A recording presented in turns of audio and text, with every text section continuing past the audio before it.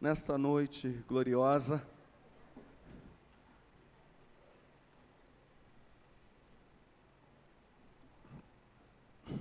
O Senhor quer que pensemos na experiência da conversão. Diga comigo, a conversão genuína. Essa não será uma mensagem muito curta. Glória a Deus. Nós temos tempo essa noite. Ainda que o motivo do feriado não seja dos mais nobres, mas nós precisamos parar para pensar na conversão. Iremos passar por algumas questões introdutórias, culminando ao final da mensagem com a grande questão que é: o que é converter-se a Cristo? No que consiste o verdadeiro novo nascimento? Essa mensagem, evidentemente, para aqueles que já estão em Cristo, é apenas falar da experiência que já viveram, relembrar alguns valores da Bíblia sobre essa experiência para que possam ministrar a outros salvação. Para aqueles que ainda não passaram pela experiência do novo nascimento, que ainda não são salvos, que ainda não têm garantia de vida eterna, essa mensagem tem como objetivo claro, dado pelo Espírito Santo, gerar salvação. Para aqueles que estão enganados pela religião, e eu gostaria que você sinceramente abrisse o seu coração e dissesse para Deus: por favor, Senhor, fala que o teu servo ouve.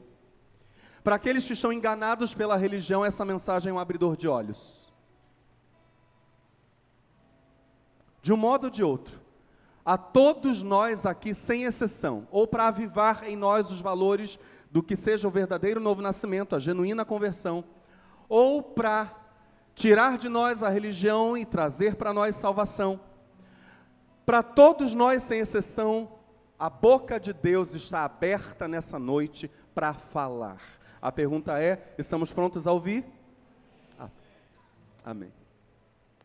Essa semana o Espírito Santo me incomodou profundamente ao me levar para um trecho da profecia de Ezequiel, capítulo 3, isso foi no início da semana, os versos 17 a 21, Ezequiel 3, 17 a 21, e eu vou ler, diz assim: Filho do homem, disse ele, eu o fiz sentinela para a nação de Israel, por isso ouça a palavra que digo, e leve a eles a minha advertência.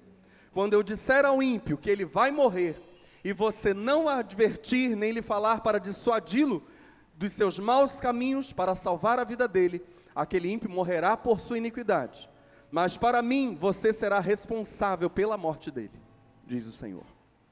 Se porém você advertir o ímpio, e ele não se desviar de sua impiedade, ou dos seus maus caminhos, ele morrerá por sua iniquidade, mas você estará livre dessa culpa. Da mesma forma, quando um justo se desviar da sua justiça e fizer o mal, e eu puser uma pedra de tropeço diante dele, diz o Senhor, ele morrerá. Uma vez que você não o advertiu, ele morrerá pelo pecado que cometeu. As práticas justas dele não serão lembradas. Para mim, porém, você será responsável pela morte dele. Se, porém, você advertir o justo e ele não pecar, certamente ele viverá, porque aceitou a advertência. Diga comigo, aceitou a advertência. E o Senhor diz: e você estará livre dessa culpa. Ezequiel 3, versos 17 a 21, então, trazem para nós uma seríssima advertência. Um Deus que quer salvar, mas avisa ao homem sobre o fato de que ele está num caminho perigoso, um caminho de morte. E cabe ao profeta, ao homem de Deus, anunciar o aviso do Senhor. Se ele não o fizer, e o ímpio morrer na sua iniquidade, o profeta tem culpa. Se ele anunciar, e mesmo assim o ímpio morrer na sua iniquidade, o ímpio é o único culpado. Se ele anunciar e o ímpio se converter, o profeta tem uma pedrinha na coroa. Se ele anunciar e o justo não ficar descambando para o mau caminho, ele também está livre diante do Senhor. Preciso citar um trecho de uma mensagem do reverendo David Wilkerson, Essa mensagem, esse trecho foi publicado em 18 de março de 2016, ou seja, quase 5 anos após a morte de David Wilkerson. David Wilkerson morreu em abril de 2011, num acidente de carro. Mas, antes de citar um trecho da mensagem, publicada então quase 5 anos após a morte de David Wilkerson, em 18 de março de 2016, eu preciso que nós tenhamos em mente alguns dados extremamente importantes, relevantes, da biografia desse evangelista tão honrado, morto nesse acidente aos 79 anos de idade, servindo ao Senhor. Dados esses que deixam claríssimo o comprometimento de David Wilkerson com a restauração de vidas, especialmente o resgate de pessoas que estavam no submundo do crime e das drogas. Ele escreveu, e certamente alguns irmãos já tiveram contato com essa obra, ele escreveu o abençoadíssimo e famosíssimo livro A Cruz e o Punhal. A obra retrata o início do ministério de David Wilkerson nas ruas violentas de Nova York, nos bairros mais perigosos, trabalhando com gangues. Atualmente esse livro é, na verdade já há algum tempo, considerado um best-seller. Foram vendidas mais de 50 milhões de cópias em mais de 30 idiomas de A Cruz e o Punhal. Foi considerado um dos 100 livros cristãos mais importantes do século XX. A revista famosíssima, muito importante no meio evangélico, Christianity Today, Cristianismo Hoje, incluiu o livro A Cruz e o Punhal na lista dos 50 melhores livros para a formação de um leitor evangélico. É uma leitura obrigatória para quem quer ser um bom leitor evangélico. Graças a Deus nós temos na biblioteca da igreja. Esse livro virou filme de Hollywood, com 50 milhões de espectadores. As filmagens foram fiscalizadas diretamente por David Wilkerson, ele participou das filmagens. O ator que interpretou o pastor David Wilkerson no filme foi aceito por David Wilkerson depois de entrevistas e orações. Um trabalho muito sério. A obra A Cruz e o Punhal é considerada por estudiosos, por críticos, por historiadores, um livro que alterou a forma de os evangélicos no mundo inteiro, no mundo ocidental, evangelizarem.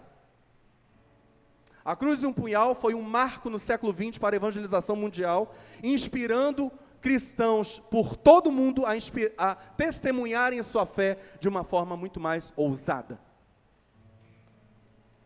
Em 1967, estamos juntos? David Wilkerson iniciou Youth Crusades, cruzadas juvenis, direcionadas essas cruzadas aos adolescentes de classe média que estavam aborrecidos, que estavam inquietos em busca das drogas, da violência e da anarquia, da bagunça. Muitos jovens cristãos se envolveram com as cruzadas de David Wilkerson com muito entusiasmo e fizeram um serviço cristocêntrico de evangelização. E a coisa cresceu, foi fundado também o Ministério Teen Challenge, Desafio Jovem, ou Desafio Adolescente, que alcançou jovens e adultos no mundo inteiro. O impacto desse ministério, até hoje, é alvo de pesquisas e de documentários, e os resultados são extraordinários por toda parte. O Desafio Jovem, fundado por David Wilkerson, é o maior, mais antigo e mais bem-sucedido programa de recuperação antidrogas do mundo. Alcançando mais de 170 centros nos Estados Unidos e mais uma centena de centros de recuperação espalhados pelo mundo inteiro. Na década de 70, já há algum tempo, o Instituto Nacional de Abuso de Drogas dos Estados Unidos constatou que o Teen Challenge alcançava 86% de êxito. O índice de reincidência para o mundo das drogas, de retorno dos recuperados para as drogas, era baixíssimo. E a pesquisa reconheceu, vejam só, o Instituto Nacional, um órgão do governo, de abuso de drogas, reconheceu que o aspecto mais importante do programa antidrogas de David Wilkerson era o que eles chamaram de o fator Jesus. O fator Jesus. O segredo dos centros de recuperação era mesmo espiritual. Era Cristo. Em 1986, ainda falando sobre a biografia de David Wilkerson, ele foi responsabilizado por Deus para fundar, juntamente com sua esposa Gwen, a Times Square Church, a igreja Times Square, em Nova York. Wilkerson e Gwen estiveram casados por 58 anos. O casamento deles foi até a morte de Wilkerson em 2011. Eles foram os fundadores da Times Square Church, que hoje é uma mega e próspera igreja numa grande capital, que é Nova York. Mas nós ainda, antes de citar um trecho da mensagem de Wilkerson sobre conversão, sobre evangelho, nós precisamos saber como nasceu, como foi o processo para o nascimento da igreja Times Square. O relato está no site da própria Times Square Church. David Wilkerson. Em 1986, diz ele, enquanto eu caminhava pela 42nd Street à meia-noite, o meu coração se quebrou com aquilo que eu vi. A Times Square estava povoada principalmente de prostitutas, cafetões, agenciadores de prostitutas, fugitivos da polícia, viciados em drogas, assassinos, além de casas de shows e cinemas.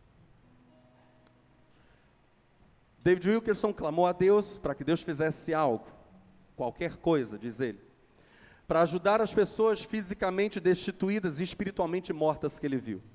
Ele recorda aquela noite relatando o seguinte, volto à fala dele. Eu vi crianças de 9, 10, 11 anos sendo destruídas pelo crack.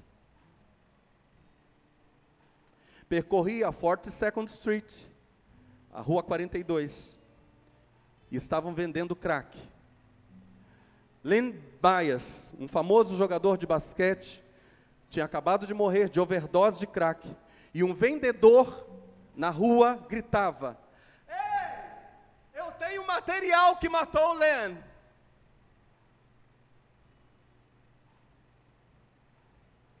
Eu tenho crack, para quem procura eu tenho, dizia o vendedor. David Wilkerson conta, eu chorei e orei, Deus, levanta uma testemunha neste lugar infernal. E ele diz, a resposta não foi o que eu queria ouvir. Bem, David, você conhece a cidade, você está aqui, vai você. Essa foi a resposta do Senhor para David Wilkerson. Ele e a esposa fundaram então a igreja Times Square. O ministério de David Wilkerson foi caracterizado pelo ensino, pela pregação, pela escrita, sempre enfocando, como hoje está sendo enfocado aqui, Jesus Cristo como o centro. Jesus Cristo é o centro deste culto, desta igreja. O trabalho de Wilkerson foi citado publicamente pelo presidente dos Estados Unidos, George W. Bush, como um verdadeiro exemplo para a nação. Mas, aonde eu quero chegar, então, passada essa breve biografia, o que poucos de nós talvez saibamos, é que esse homem, cuja vida Deus usou, Deus pôde usar, para a salvação e restauração de milhares de pessoas ao redor do mundo, por meio de um ministério que revolucionou o século XX. O que poucos de nós sabemos é que o ministério de David Wilkerson possuía fortes características proféticas de advertência. Ele anunciou, por exemplo, aos Estados Unidos que eles enfrentariam uma grave recessão econômica e que essa recessão teria impacto mundial. Isso se cumpriu. Alertou sobre a implantação, preste atenção, do sistema mundial monetário unificado e disse que isso era diabólico.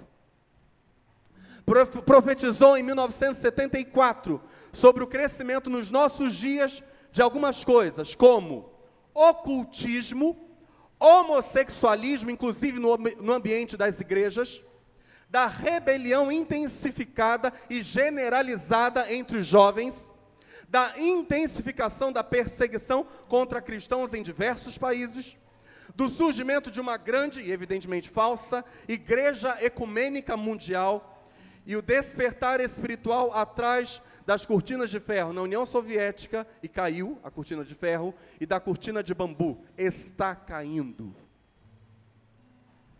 David Wilkerson desenvolveu um ministério profético seríssimo e inatacável até a morte.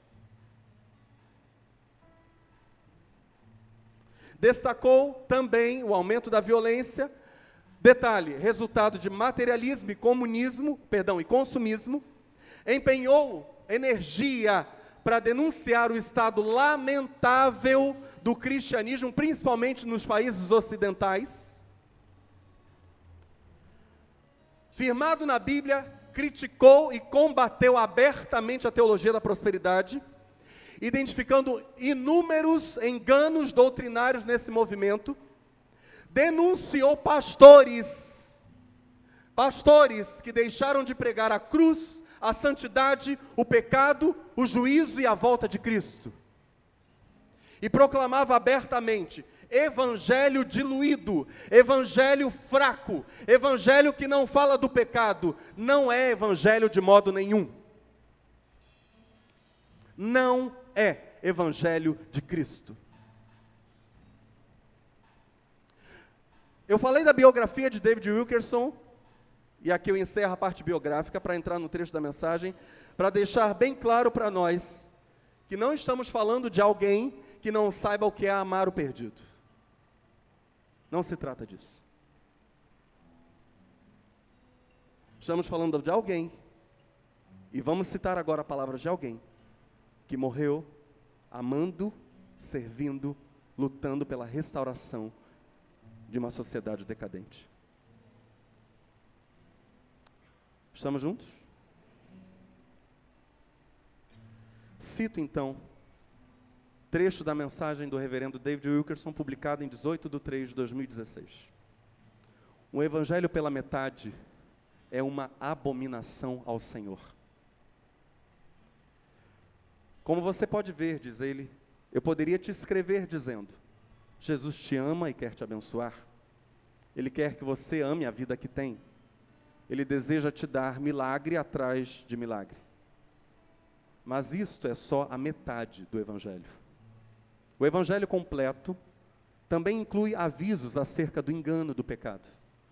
Inclui também arrependimento, preparação para ser perseguido e consciência acerca da vinda de Cristo. As Escrituras nos falam categoricamente: esforcem-se para viver em paz com todos e para serem santos. Sem santidade, ninguém verá o Senhor. Hebreus capítulo 12, verso 14. O Evangelho de Cristo, diz Wilkerson, sempre confronta o homem e então traz o conforto em seguida. O Evangelho genuíno nunca acomodará, nunca aceitará, nunca tolerará prazer no pecado. Sim, diz ele, Jesus ministrou milagres, ele entregou pão e peixe para as multidões, mas chegou o dia em que ele não pôde pregar ou realizar milagres. Em vez disso, ele disse a seus seguidores: a menos que você coma minha carne e beba meu sangue, você não tem parte comigo.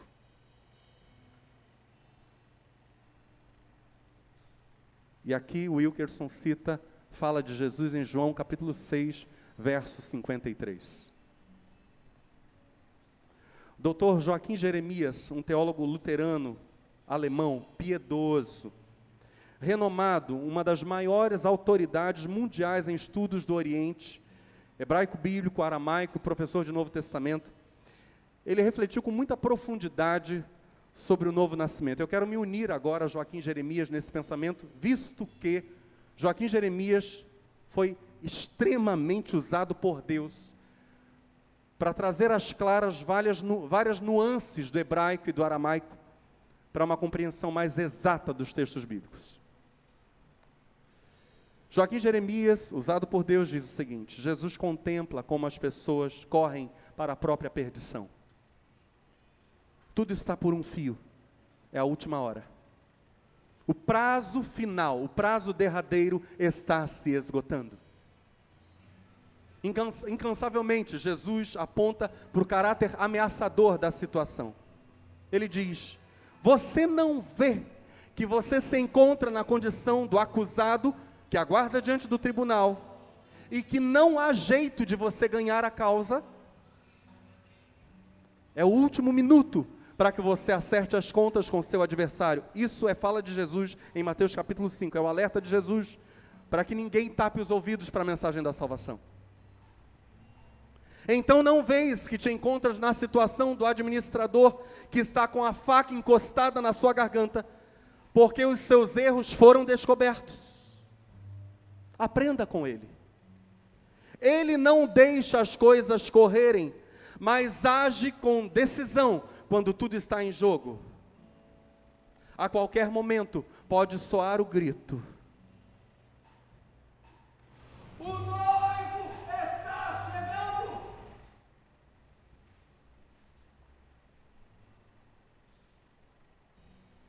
Então, o cortejo nupcial, com as lâmpadas acesas, seguirá para o salão de festa, e a porta se fechará irrevogavelmente.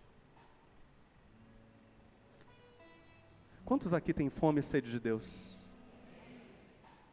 Ouça.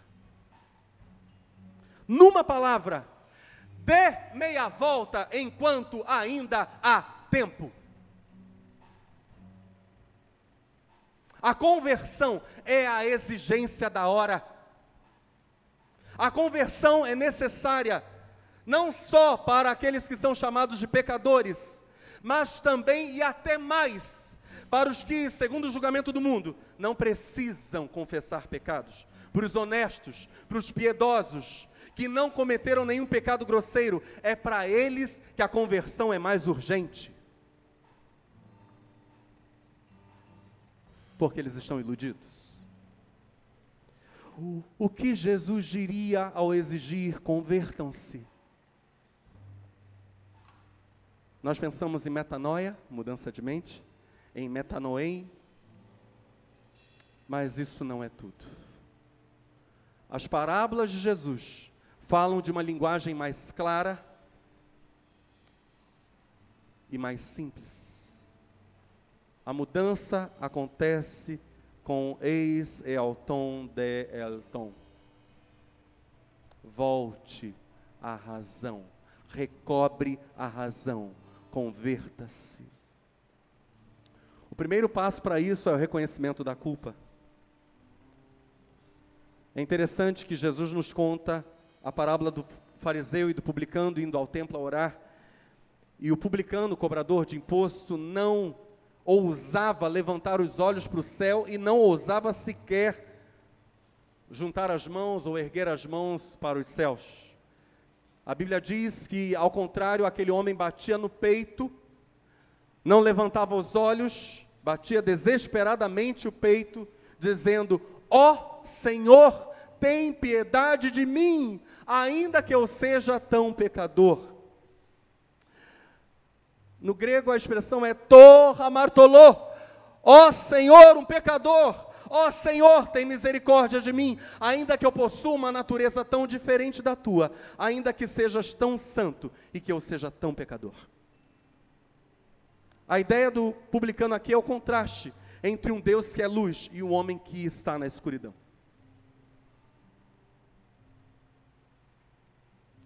Mas o reconhecimento da culpa não deve ocorrer apenas, entre aspas, diante de Deus, mas também diante dos homens. É o pedido de perdão ao irmão, é a coragem, isso é uma marca nos avivamentos, é uma coragem, ou é a coragem de confessar para o irmão o pecado que não está sendo vencido. Veja, a história dos avamentos, isso é uma marca contínua. As pessoas confessam o pecado a Deus e confessam o pecado uns aos outros, como disse Tiago. Confessai as vossas culpas uns aos outros, orai uns pelos outros, para serdes curados. Mas conversão é mais que arrependimento, é mais até que dar as costas ao pecado. Jesus fala sobre um coração dividido, meus irmãos, e aqui eu quero ir com vocês para uma história extremamente séria, na qual Jesus cita um costume muito antigo do Oriente. Preste atenção, até hoje é assim. Os orientais dizem que uma pessoa possuída por um espírito é a casa daquele espírito. É uma casa de espírito, dizem os orientais. Jesus vai usar essa ideia, esse costume oriental, para falar sobre uma pessoa que era a casa de um espírito mau, imundo. É a parábola do espírito maligno, que é expulso de sua casa, e o texto é parabólico, é expulso de sua casa, e é usada aqui uma construção frasal, que para a língua portuguesa, para o pessoal que é da área da língua portuguesa, é uma justaposição de frases, sem uso de conjunção, sem uso de um conectivo, mas essas frases têm entre si uma subordinação, uma depende da outra. Duas frases interligadas, a segunda depende da primeira. O texto é Mateus capítulo 12, versos 43, 44 e 45. Preste atenção. Jesus diz: quando um espírito imundo sai de um homem, passa por lugares áridos, procurando descanso. Como não o encontra, diz: voltarei para a casa de onde saí. Chegando, e aqui começamos a justaposição. Chegando, encontra a casa desocupada, varrida e em ordem. Então vai e traz consigo outros 7 espíritos piores do que ele. E entrando, passam a viver ali. E o estado final daquele homem torna-se pior do que o primeiro. Assim, diz Jesus, acontecerá a esta geração perversa. Eu quero reler as duas orações justapostas e interligadas. O final do verso 44 de Mateus 12 e o verso 45. Final do verso 44. Chegando, diga comigo, chegando. O texto diz: chegando, encontra a casa desocupada, diga comigo, desocupada. Isso aqui é a expressão chave para a nossa compreensão. Encontra a casa como? Varrida e em ordem. A casa está vazia. Então vai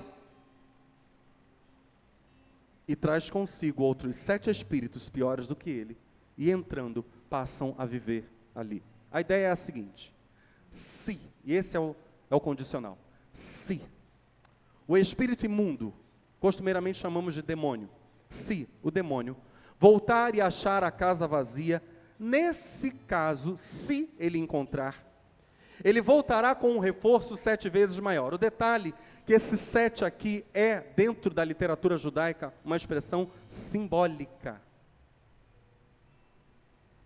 Porque para o judeu, o 7 é o número que representa a totalidade. Uma semana completa possui 7 dias. É o número da totalidade na poesia hebraica. Ou seja, se a casa da pessoa que foi liberta for encontrada vazia pelo demônio que saiu daquela casa, daquela pessoa, o demônio expulso retorna com o máximo possível de reforços. O 7 não é literal. O máximo possível. O que ele conseguir de reforços, ele trará. Se a casa estiver vazia. Ou seja, ai daquele cuja casa ficar vazia. Um novo Senhor deve morar na casa daquele que foi liberto. A luz fulgurante de Cristo, desse Cristo que é a luz do mundo, deve envolver por dentro e por fora a pessoa toda e toda a sua vida. Não pode haver vazio. Não pode. Mas a pergunta é: como isso pode se dar? O que é genuína conversão ou novo nascimento? O que é converter-se a Cristo? Eu gostaria que você olhasse para o seu irmão, para a sua irmã, com carinho, com amor, e dissesse: o que é conversão genuína? Graças a Deus, o próprio Senhor Jesus. Então nós citamos aqui Ezequiel, a fala de David Wilkerson, citamos aqui Joaquim e Jeremias, vozes de Deus, que precisam ser ouvidas, mas graças a Deus, o próprio Senhor Jesus responde claramente, cristalinamente a essa pergunta.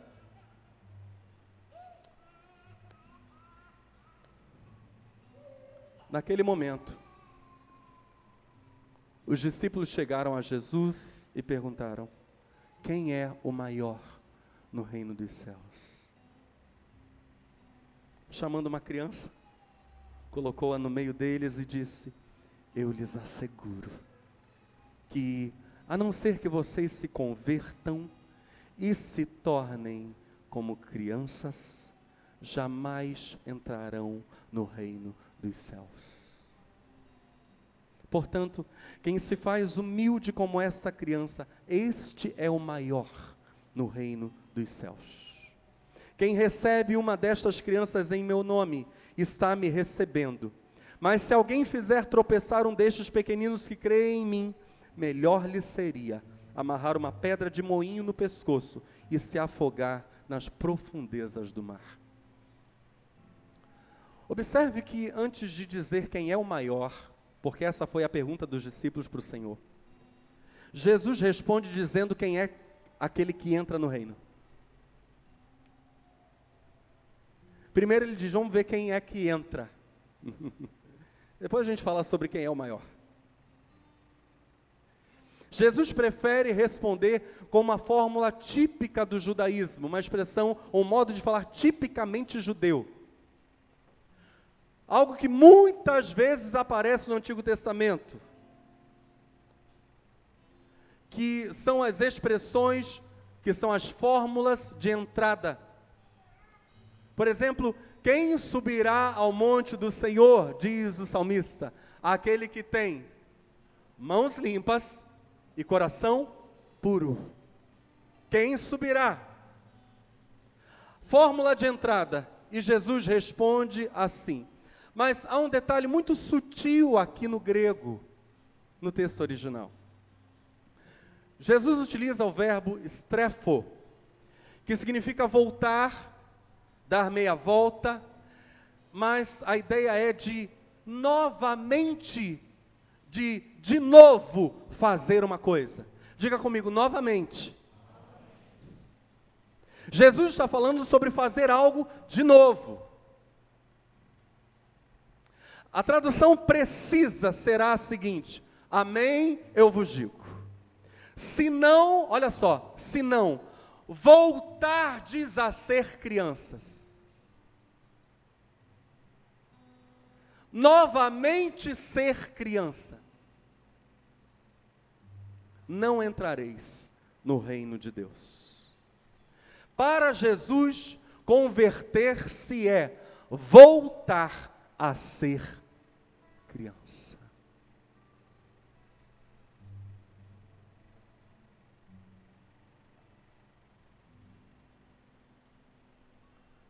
Só que aí a gente fica com uma nova pergunta: o que é voltar a ser criança? Usando o jogo de palavras de Jesus, ou entendendo esse jogo de palavras, é tornar-se, olha só, é tornar-se o maior no reino por se fazer humilde. Estamos juntos no pensamento? Então vamos falar isso juntos? Converter-se é voltar a ser criança, é tornar-se o maior no reino por se fazer humilde. Mas no que consiste propriamente essa humildade de criança? Do que Jesus está falando? Nós não temos nenhum, presta atenção, nós não temos nenhum indicativo no texto hebraico, na fala do Antigo Testamento, nós não temos nenhum indicativo de a criança, pelo simples fato de ser criança, ter alguma grande pureza em si, porque ela também foi afetada pelo pecado. Mas nós temos uma exemplificação desse conceito, do que seja esse tornar-se humilde de Jesus, tornar-se criança para herdar o reino. Nós temos uma exemplificação disso, por exemplo, em Lucas capítulo 15, a partir do verso 11, quando um tal filho pródigo, um filho gastador, volta a si. A Bíblia diz que quando ele volta a si, ele firma no coração o propósito de voltar para casa, voltar para aquele que o criara, que o amara, com uma fala inicial nos seus lábios. Uma palavra, de 3 letras. Voltar a ser criança é usar no coração, com a devida compreensão, o devido entendimento, uma palavra de 3 letras. Ele volta para casa. E aquele que o criara, que dele cuidara, e que tanto amara, o aguardava. E quando diz a Bíblia em Lucas capítulo 15, vê aquele moço vindo ao longe, corre ao seu encontro. Nós conhecemos o texto. Lança-se no seu pescoço, abraça e o beija, e aquele moço diz a tal palavra, da qual ele se havia esquecido: Pai.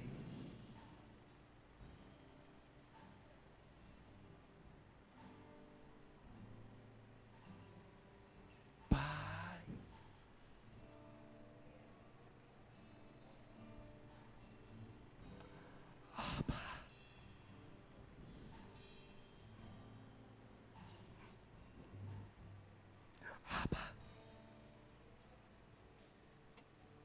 Abba. Pequei contra o céu.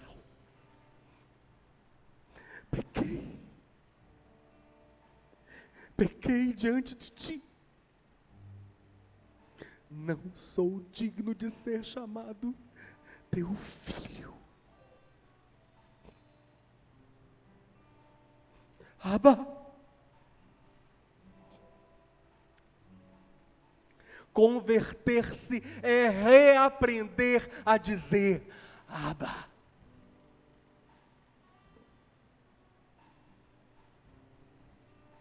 É retornar à casa do Pai, é voltar para os braços do Pai. O convertido diz, presta atenção, o convertido diz: minha agenda, meus compromissos, meus cursos, meu trabalho ao longo da semana, tudo isso é controlado por meu Pai. Eu sou dependente do meu Abba. Eu sou humilde. Meu tempo depende de meu Pai. Por favor, eu faço um apelo a você em nome de Jesus. Considere seriamente essas palavras. Se no próximo ajuntamento dos santos, para oração, para louvor, para evangelização, para meditação na Escritura, considere se o Pai mandará só você ir para o futebol, ou só você ir assistir uma série, ou um filme, ou ir comer um churrasquinho, ou ir tirar uma sonequinha. Considere seriamente isso, por favor. Quem sabe o seu tempo esteja tendo outro Senhor, para não dizer outro Pai. O convertido diz: a minha língua, as minhas palavras, os meus comentários são controlados por meu Pai. Eu falo o que o Pai me ensinou e pôs no meu coração. O meu coração se deleita na voz de meu Pai. Eu preciso falar as palavras do Pai.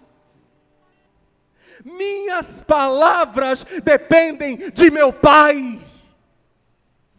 Por favor, eu faço um apelo a você no nome de Jesus. Considere, se na próxima conversa entre amigos, entre familiares, o Pai mandará só você maldizer quem quer que seja, ou falar obscenidades, em lugar de exortar seu irmão em amor, em lugar de anunciar o evangelho ao perdido, ou levantar um clamor.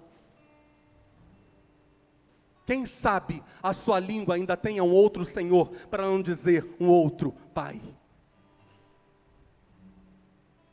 O convertido diz: minhas finanças, meus negócios são controlados por meu Pai. Meu dinheiro está nas mãos de meu Pai. O Pai me dá tudo. Por favor, em nome de Jesus eu faço um apelo nessa noite. Eu e o Espírito Santo. Considere se na administração das suas finanças, da renda que Deus lhe dá esse mês, o Pai mandará só você comprar para a sua coleção mais uma roupa absolutamente desnecessária, ou qualquer outra coisa, ou mesmo deixar de ofertar e dizimar na casa de oração, ou na casa do Pai, nos termos de Jesus, em vez disso. Por favor, pense, considere se seu dinheiro tem outro Pai, outro Senhor em lugar de Deus. O convertido diz: meus sentimentos, minha alegria, meu amor, todo o meu coração é controlado por meu Pai. Em nome de Jesus de Nazaré eu te faço um apelo.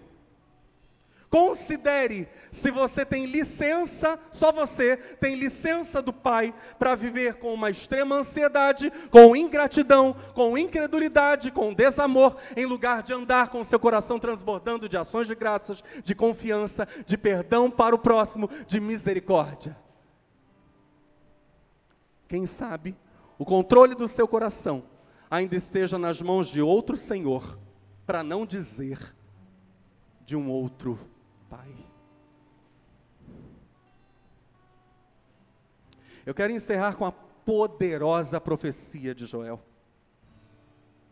Joel capítulo 2 faz uma convocação à conversão. Quantos aqui precisam do Senhor?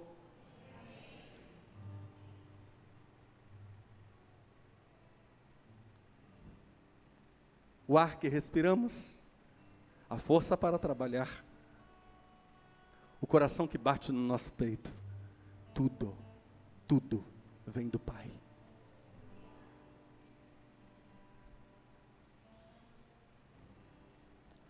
A poderosa profecia de Joel, capítulo 2, ouça com o coração, toquem a trombeta em Sião, deem o alarme no meu santo monte, tremam todos os habitantes do país, pois o dia do Senhor está chegando, e está chegando, está próximo. É dia de trevas e de escuridão, dia de nuvens e negridão. Assim como a luz da aurora se estende pelos montes, um grande e poderoso exército se aproxima, como nunca antes se viu, nem jamais se verá nas gerações futuras. Diante deles o fogo devora, atrás deles arde uma chama. Diante deles a terra é como o jardim do Éden, atrás deles um deserto arrasado, nada lhes escapa. Eles têm a aparência de cavalos, como cavalaria atacam galopando. Com um barulho semelhante ao de carros, saltam sobre os cumes dos montes, como um fogo crepitante que consome o restolho, ou seja, aquelas folhinhas secas que sobram. Como um exército poderoso em posição de combate. Diante deles, povos se contorcem angustiados, todos os rostos ficam pálidos de medo. Eles atacam como guerreiros, escalam muralhas como soldados, todos marcham em linha sem desviar-se do curso. Não empurram uns aos outros, cada um marcha sempre em frente. Avançam por entre os dardos, sem desfazer a formação. Lançam-se sobre a cidade, correm ao longo da muralha, sobem nas casas, como ladrões entram pelas janelas. Diante deles a terra treme, os céus estremecem, o sol e a lua escurecem, e as estrelas param de brilhar. O Senhor levanta a sua voz à frente do seu exército. Como é grande o seu exército! Como são poderosos que obedecem à sua ordem, como é grande o dia do Senhor, como será terrível, quem poderá suportá-lo? Agora, porém, declara o Senhor. E antes de ler o final da profecia, do capítulo 2 de Joel, esse trecho final, preciso dizer algo. David Wilkerson afirmou que um evangelho sem anunciar-se o juízo não é evangelho de jeito nenhum. Porque se de um lado Jesus Cristo foi à cruz em nosso lugar, de outro, ele só foi à cruz porque ela era merecida por nós. E se essa cruz não é aceita, a cruz de Cristo, ela nos é devida. O juízo permanece sobre nós.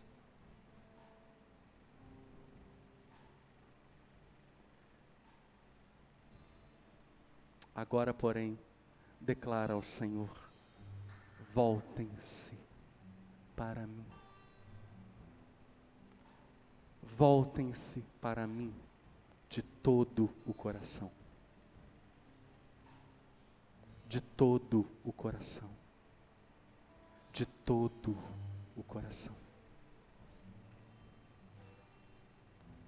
De todo o coração. Todo. Todo.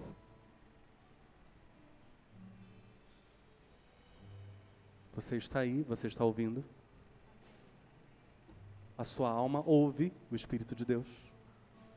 De todo.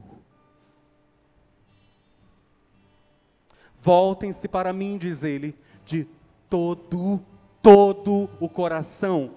E isso com jejum, com lamento e com pranto. Rasguem o coração. Rasguem o coração. Rasguem.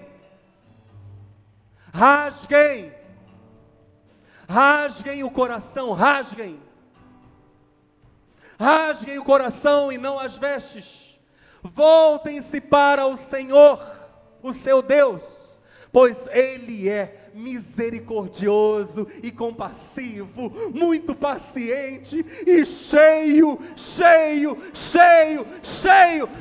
de amor.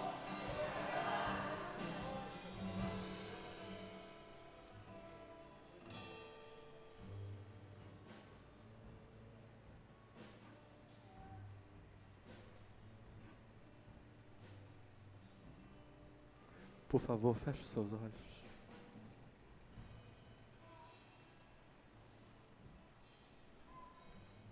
Abra o coração. Converse com o Senhor.